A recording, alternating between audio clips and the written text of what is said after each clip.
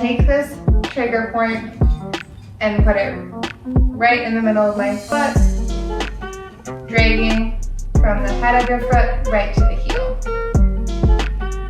I love this to break it up, especially after a long day on my feet.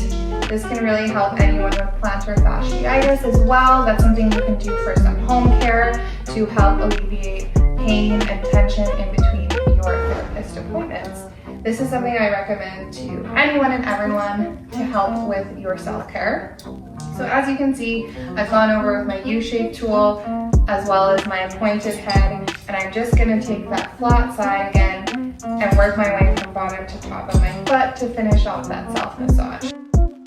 Everything we do to one side, we want to do to the other. So I'm back on this other side of my foot, using that pointed head, stripping that plantar fascia, the bottom of the foot, and really helping break up some trigger points that a lot of